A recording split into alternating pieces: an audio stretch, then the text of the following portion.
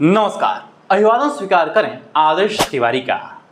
सोचिए जरा, रोज सुबह सुबह सूरज उग रहा है, बच्चे स्कूल की किताबें लेकर दौड़ते हुए निकलते हैं, मजदूर अपने औजार उठाकर रोजगार की तलाश में निकलते हैं, कोई बीमार अपनी इलाज की उम्मीद लिए अस्पताल जाता है और इनके बीच बस एक ही रास्ता है जो पीढ़ियों से इनकी जिंदगी को जोड़ता आया है।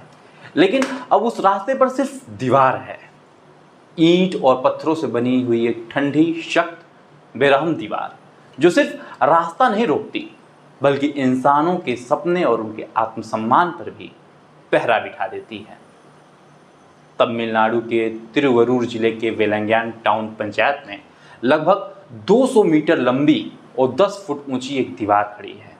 यह दीवार देखने में तो साधारण सी लग सकती है, लेकिन वहां रह रहे अनुसूचित जाति माने एससी परिवारों के लिए यह गहरी चोट जैसी है।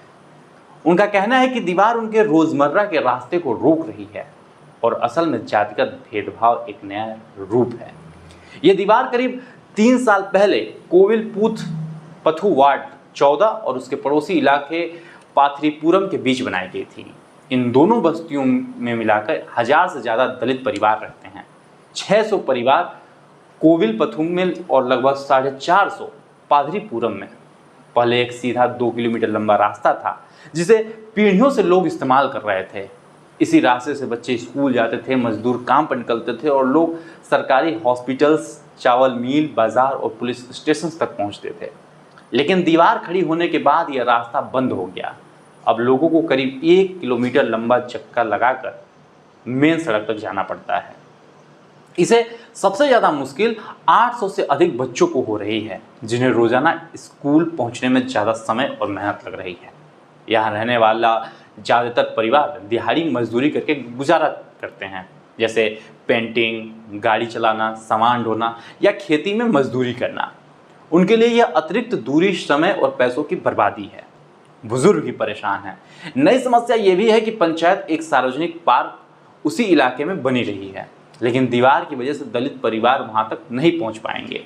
स्थानीय कार्यकर्ताओं का आरोप है कि यह दीवार केवल जमीन का मामला नहीं है बल्कि जातीय भेदभाव है। उनका कहना है कि ऊंची जाति वालों को डर है कि अगर दलित परिवारों को इस नए रिहायशी एरिया में आने जाने की पूरी छूट मिली तो वहां की जमीन और मकानों की कीमतें गिर जाएंगी। द हिंदू की एक रिपोर्ट के मुताबिक तमिलनाडु अनटचेबिलिटी डेरिएशन फ्रंट के जिला अध्यक्ष मुरली कहते हैं कि ये असल में अछूत दीवार है, बस नाम से नहीं। तमिलनाडु में ऐसी घटनाएं नई नहीं हैं। आपको बता दें, 2019 में मदुराई जिले के उधापुरम गांव में भी ऐसी जाति दीवार ने खूब सुर्खियां बटोरी थी। दीवार बनाने वाले डेवलपर जे अली इन आरोपों को खारिज करते हैं। उनका कहना है कि यह मेरी पक्का मतलब पट्टी जमीन है, कोई सार्वजनिक रास्ता नहीं है, मुझे बदनाम करने की साजिश हो रही है। मेरे अलावा भी दूसरे दीवारें वहाँ हैं। अगर राजस्व विभाग माने आप बता दें रेवेन्यू डिपार्टमेंट औपचारिक रूप से मुझे प्रस्ताव रखेगा बात करने का तो हम देखेंगे।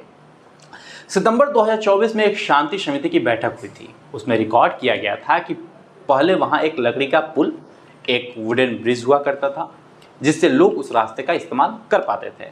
बैठक में तय हुआ था कि पीडब्ल्यूडी सर्वे करेगा और अगर ज़मीन का अतिक्रमण पाया गया तो आदि द्रविड़ कल्याण विभाग जमीन अधिग्रहण पर रास्ता फिर से खोलेगा। लेकिन अब तक यह फैसला लागू नहीं हुआ है। मौजूदा तहसीलदार के ओम शिव कुमार कहते हैं कि शुरुआती जांच में लगा कि यह रास्ता कई सालों से इस्तेमाल नहीं हो रहा था।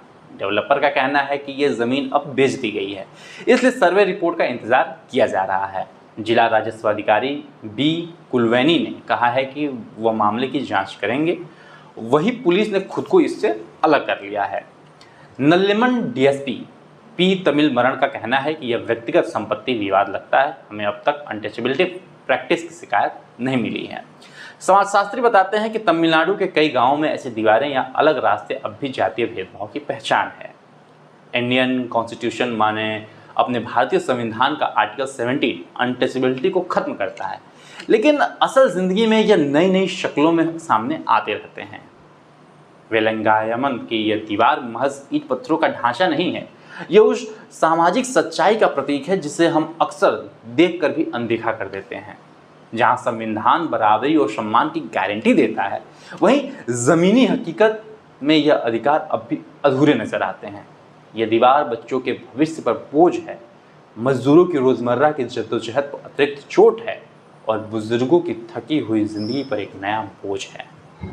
सवाल यह है कि 21वीं सदी के भारत में क्या हम अब भी जाति और भेदभाव की दीवारें खड़ी करके विकास की राह तलाश सकते हैं? क्या ऐसे अवरोधों के बीच हम वास्तव में समावेशी समाज बनाने की ओर बढ़ रहे हैं? भारत का संविधान कहता है कि अस्पृश्यता का कोई अस्तित्व नहीं है, लेकिन सवाल यह है कि जब दीवारें अब भी इंसानों के बीच खड़ी हैं, तो क्या सचमुच हम बराबरी के उस सपने तक पहुंच पाए हैं? आज ज़रूरत सिर्फ दीवार गिराने की नहीं है, ज़रूरत है उन सोचों को तोड़ने की जो इंसानों को जाति, वर्ग और भेदभाव के खांचों में बांट देती है। आज के लिए दीजिए मुझे इजाज़त। यदि इस वीडियो को आप यूट्यूब पे देख रहे हैं तो चैनल को भी सब्सक्राइब करें और फेसबुक पे देख रहे हैं तो पेज को तुरंत फॉलो करें। धन्यवाद।